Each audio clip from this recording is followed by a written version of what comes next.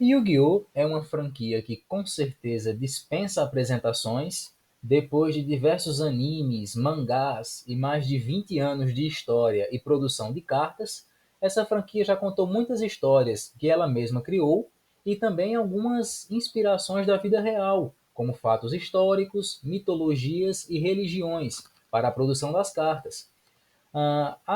O cristianismo e referências judaico-cristãs estão presentes em algumas cartas, muitas vezes com censura ou algo bem implícito aqui no Ocidente, para não ser problemático. Nesse vídeo vamos falar um pouco sobre algumas referências bíblicas que estão presentes em algumas cartas e talvez você não saiba. Começando por uma das que eu mais gosto, que é o Guerreiro de Zera. A palavra Zera em hebraico significa semente, e a história desse guerreiro faz um paralelo bem interessante com a parábola do semeador, que foi contada por Jesus Cristo.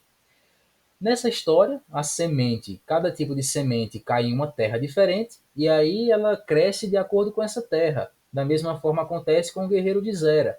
Para cada tipo de solo que ele cai, para cada terreno que ele está, ele adquire uma nova forma, geralmente formas decaídas de sofrimento, e apenas quando ele chega no santuário no céu, que é a terra boa, é quando ele realmente atinge seu objetivo, que é crescer e se tornar um Arquilorde treinado e abençoado pelo Arquilorde Christia, que seria o maior deles e que cuja palavra vem da palavra Cristo, como realmente foi dessa parábola. Eu cheguei a fazer um vídeo inteiro contando essa história, a parábola do semeador, de acordo com a história do guerreiro de Zera, fazendo um paralelo com o texto bíblico e com as cartas. Vou deixar na descrição, não deixe de conferir. Na própria história do guerreiro de Zera, se choca com a história dos Dark Lords. Os Dark Lords supostamente seriam Arquilordes que viviam no Santuário do Céu, mas eles se rebelaram contra a autoridade, contra o Criador, contra o principal responsável por esse santuário celeste. E aí, então, depois de um conflito, eles foram derrotados e foram banidos. E aí todos esses anjos assumiram essa forma caída, que de Arquilorde passaram para Dark Lords. Como está na Escritura, houve então uma guerra nos céus. Miguel e seus anjos lutaram contra o dragão, e o dragão e seus anjos revidaram. Mas estes não foram suficientemente fortes, e assim perderam o seu lugar nos céus. O grande dragão foi lançado fora. Ele é a antiga serpente, chamada Diabo ou Satanás, que engana o mundo todo. Ele e os seus anjos foram lançados à terra. Dá para se ver claramente um paralelo entre a história dos Dark Lords e a história do diabo e dos seus anjos, que depois seriam chamados de demônios, que lutaram no céu, perderam a guerra e foram lançados à terra, e não no inferno. Por isso, os Dark Lords, a maioria deles, continua com o tipo fada, que a palavra original em japonês é anjo, foi mudado para fada aqui no ocidente. Continuam com esse tipo, mas o seu elemento mudou de luz para trevas.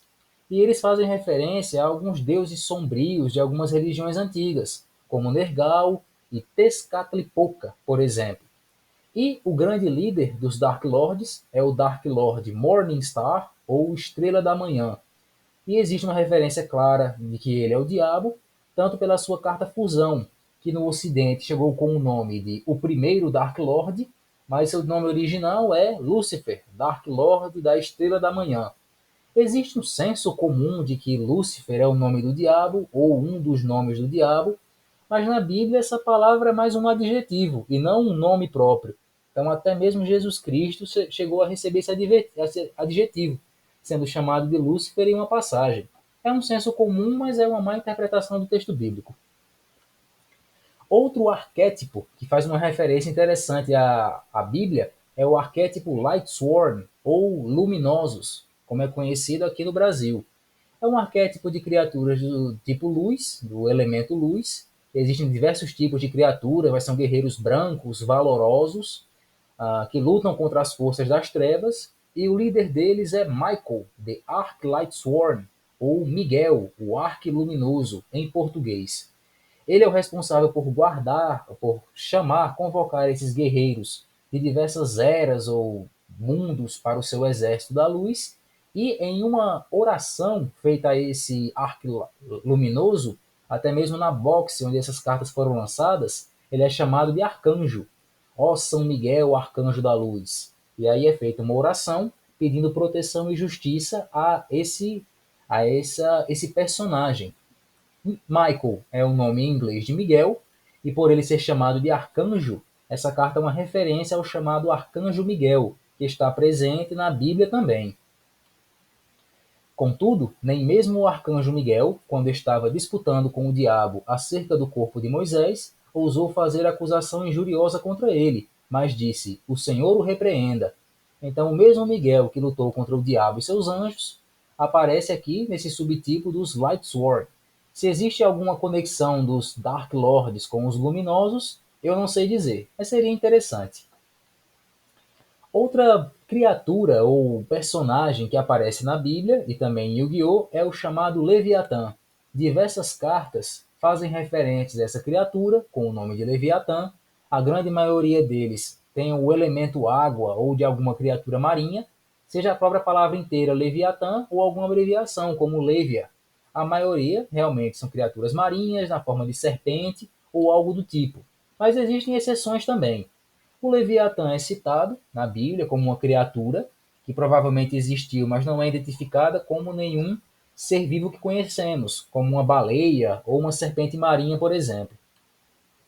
Ali andam os navios e o Leviatã que formaste para nele folgar, fazendo uma referência então ao mar, onde andam os navios, e o Leviatã está lá. Isso está dito no livro dos Salmos. E em outra passagem, por exemplo, poderás tirar com um anzol o Leviatã, ou ligarás a sua língua com uma corda? Como pode ser tirado com um anzol, o Leviatã então deve ser algum tipo de criatura marinha, que não está bem claro na escritura se existe ou se já existiu. Outra criatura que também aparece, tanto na Bíblia quanto em Yu-Gi-Oh! É o Behemoth, ou Behemoth. Enfim, existe a carta Behemoth, the King of the Animals, Behemoth, o rei dos animais. Existe a carta de criatura dele e ele aparece em muitas artes, geralmente tomando uma surra de um animal bem menor. Também existe um subtipo no Yu-Gi-Oh! Que é um arquétipo, Subterror Behemoth. São criaturas de terra com aparência monstruosa e enfim. O Behemoth ou Behemoth aparece também no livro de Jó. Contemplas agora o Behemoth que eu fiz contigo, que come a erva como o boi. Eis que a sua força está nos seus lombos, e o seu poder nos músculos do seu ventre. Quando quer, move a sua cauda como cedro. Os nervos das suas coxas estão entretecidos. Os seus ossos são como tubos de bronze. A sua ossada é como barras de ferro. Fazendo referência a um animal poderoso, que aqui está mais descrito como um herbívoro de cauda poderosa. Não bem como o rei dos animais seria um carnívoro, como é mostrado no Yu-Gi-Oh! Não se sabe também que tipo de animal seria esse, se existe ou se já existiu algo do tipo. Outra carta que faz uma referência legal é o Livro da Lei de Salomão, que é uma carta armadilha bem desconhecida no jogo, mas é uma referência clara ao rei Salomão, filho do rei Davi, rei de Israel antes do cativeiro na Babilônia. Ele foi dito ser o rei mais sábio do seu tempo, ou o rei mais sábio que já existiu, e é da autoria dele alguns livros da Bíblia, como o livro de Provérbios, o livro de Eclesiastes e também alguns salmos. Falando um pouco das cartas Number, que eu cheguei a fazer vídeo também, vou deixar na descrição. Todas as cartas Number possuem algum segredo nos seus números. Por exemplo, a carta número 56, o Rato de Ouro, pode não parecer, mas faz referência a um texto bíblico, que está escrito no livro de 1 Samuel. Então disseram: qual é a expiação da culpa que lhe havemos de enviar?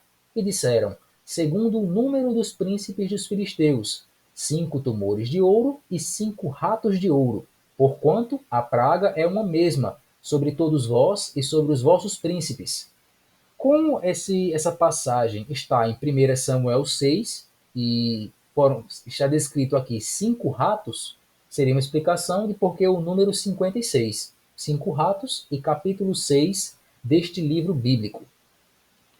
E outra referência nas cartas Number, mas que já está bem oculta, está no número 13, a personificação do crime, e no número 31, a personificação do castigo, cujos nomes em português e inglês aqui no Ocidente foi traduzido ou adaptado completamente, já que o nome original desses monstros é o demônio Caim e o demônio Abel, fazendo referência a Caim e Abel, os dois irmãos, os primeiros filhos homens de Adão e Eva, o primeiro casal da humanidade, que fizeram o primeiro assassinato. Caim matou seu irmão Abel por ciúme.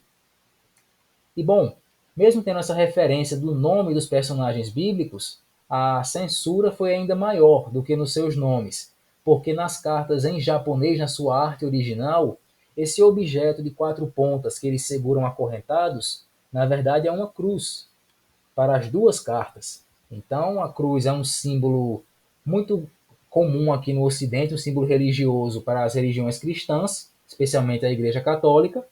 Então adaptaram não só o nome, mas também esse símbolo que eles carregam. Essas cartas são uma dupla, até o efeito deles depende um do outro. É interessante que sejam realmente dois irmãos que tenham recebido esse nome, por Caim e por Abel. Se essa cruz enrolada por correntes nas cartas já é estranho, o negócio fica ainda mais cabuloso no mangá, porque essas cartas que apareceram no mangá do Yu-Gi-Oh! Zeal, elas são uma armadilha. Em uma certa condição específica, as duas cartas disparam, que elas imobilizam seu oponente, fazendo ele ficar preso em uma cruz, enquanto elas drenam seus pontos de vida aos poucos, o que é bem diferente do que acontece no jogo em si. Sabemos que Jesus Cristo não foi o primeiro a ser crucificado. A crucificação era uma forma de execução usada pelos romanos e por alguns povos antes deles também, mas a ideia de sofrer em uma cruz ou ser crucificado aqui no Ocidente tem um significado bem maior. Então houve uma censura com relação a essa cruz que as cartas carregam. E é isso, pessoal. Esse foi o vídeo que eu trouxe de algumas referências bíblicas que existem em Yu-Gi-Oh! Penso em fazer um pente fino e procurar um pouco mais. Essas foram algumas que eu reparei de imediato e quis trazer aqui para o jogo. Vem para o nosso Discord, a gente fala sobre muitos card games, Yu-Gi-Oh! Também, mas falamos sobre Chaotic e outros card games bem desconhecidos. Se você é novo, se inscreve, deixa um like, comenta o que achou e alguma carta que você já viu, alguma referência assim. E é isso aí. Até o próximo vídeo.